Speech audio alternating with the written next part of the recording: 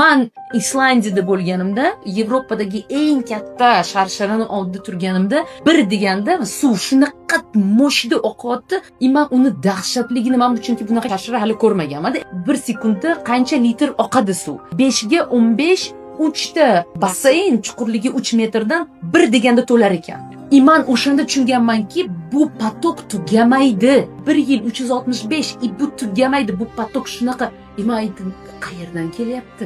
Qayerdan buncha suv keladi? Bu nega tugamayapti va bu qayerga ketyapti? O'shanda men tushundim. Xudo menga buni ko'rsatdiki, qo'rqma.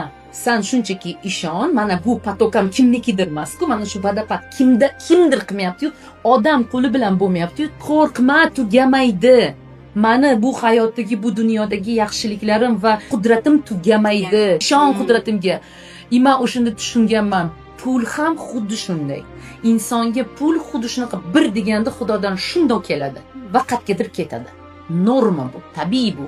Men bir deganda kelaversin, ketaversin, kelaversin, ketaversin, chunki tugamaydi. Ana shu tugamaydi degan tushunchani o'sha payt shunaqa kuchli insight olganmanki, yaratgan ekan, men shunchaki senga sajda qilaman. Sajda deganda ham bu albatta fizik nuqtai nazardan faqatgina namoz paytida sajda emas, bu qalban Xudoga sajda qilishing. Ya'ni bitta uni qudratini ko'rganingda, ey Alloh, sen buyuksan, senga sajda qildim degan holatda bo'lishing.